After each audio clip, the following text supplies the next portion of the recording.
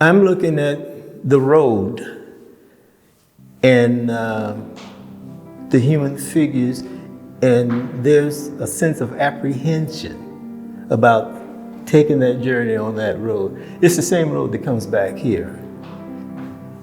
And that road theme you'll see in this painting as well.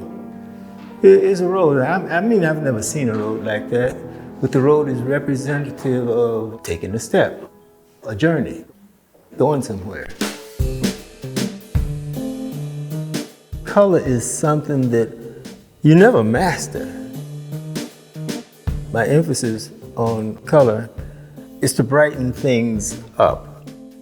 Most of the work takes place in the process, working complementary colors one against the other, seeing how one color can come even more alive just by hitting a touch of gray somewhere.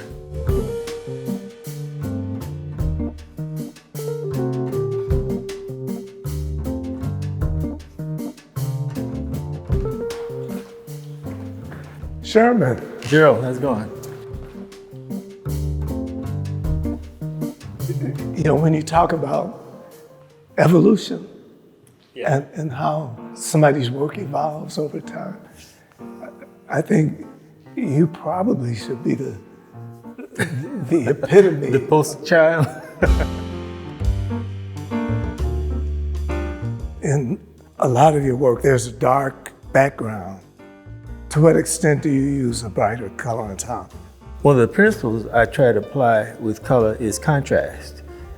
Not only the different hues, but the different gradations of color, going from light to dark. You may remember some of the earlier discussions about image reflecting its own light and not depending on a source. I suspend that rule on a lot of paintings. I'm not using, trying to stay true to a real light source. You've painted the naturalistic portraits in the same way that you were taught, but you never saw a way of painting a real person in the way that you would produce a mask. I started these, I looked at different African masks in books, and I tried to illustrate them as true to, what I saw in the book. Being an AFRICOBRA guy, I wanted that part of our thinking in there. And therefore, I used myself, not as a portrait, but the experience of being Black in America as one of the masks. How should I put it? Back in the 60s, we considered ourselves protest artists. And that was a little bit of statement of how I felt, especially when you consider the poem, We Wear the Mask, that it just doesn't have to apply to Black people in America. Hardly anybody shows their real face in public. Michelle Obama and Barack Obama, Ramesses.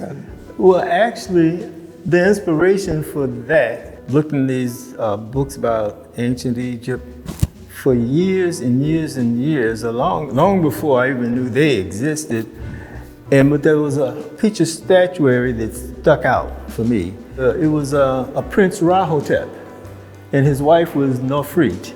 This is just the reverse, because Prince Rahotep had the darker coloring, and his wife had the lighter color. And so, no, I just use it as a place to start that particular painting.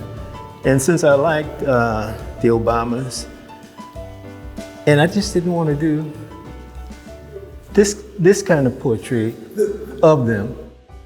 You were interested in an exact likeness. Oh, definitely. So that was important. Yeah. But you could have painted their faces purple and green and red. I could have.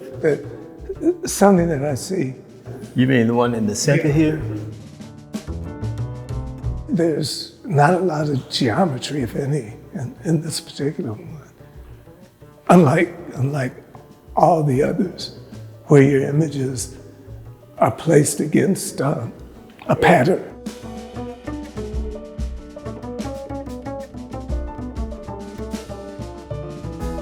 Then you're dealing with the cosmos.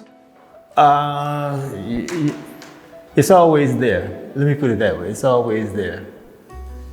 In terms of the structure of everything in the universe, the honeycomb in nature, 6 sides, and finding all kinds of ways to be reduced down to these geometric patterns in terms of humans trying to understand the structure of the universe.